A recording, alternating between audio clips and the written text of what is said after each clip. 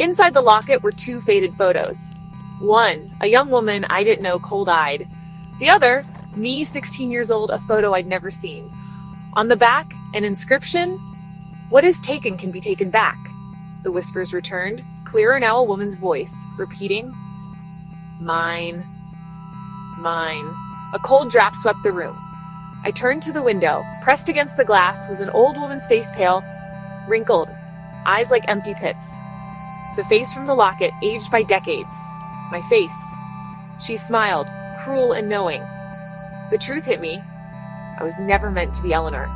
And now someone wanted their life back. I couldn't stop thinking about the locket or the whispers. Searching Leo's desk, I found a diary with a key taped to the back. Inside, Leo's handwriting grew frantic. Nightmares of being an old woman, memories of a garden, a daughter named Sarah, a husband named John. He was dreaming my life. The nightmares began after he found the locket. He wrote of feeling watched, of being pushed out of his own mind.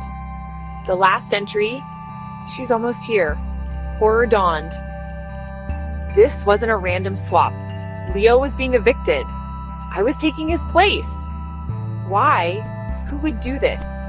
The answer had to be in the locket. I pried it open with a ruler, hands shaking. It clicked open. My fate. And Leo's waited inside. I braced myself for the truth. Days blurred together as I pretended to be Leo. I answered to his name, faked my way through conversations. At night, the house felt alive. Whispers in the walls, footsteps in empty halls. I searched Leo's room for clues, desperate for an explanation.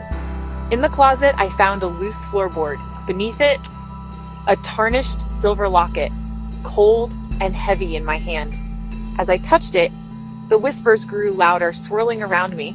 I could almost hear my name, Eleanor, echoing from the walls. I dropped the locket and the house fell silent. My heart raced. The locket was the key. But to what? I was terrified to find out. But I had no choice. I had to get out. I crept into the hallway, past photos of the boy, Leo with his family, a baseball trophy, Leo Miller, age 16. My name was Eleanor, not Leo. I wandered the house, a ghost haunting someone else's life, a school backpack, a bowl of cereal, a wallet with Leo's ID. Everything screamed normal, but none of it was mine. I found myself remembering things I shouldn't. Riding a bike, laughing with a friend named Sam. Leo's memories mixing with my own. Was I losing myself? Or was Leo still here, somewhere inside? The panic grew. My life, my real life, felt like a fading dream. I clung to my memories, but they were slipping. The more I tried to hold on, the more Leo's world crept in. I was being erased. Or replaced. I didn't know which was worse. I needed answers. Before I disappeared completely, my eyes fluttered open to sunlight streaming through a window I didn't recognize. I tried to sit up, but my body felt wrong, small. I looked down. These weren't my hands. They were smooth, pale, young, panic surged.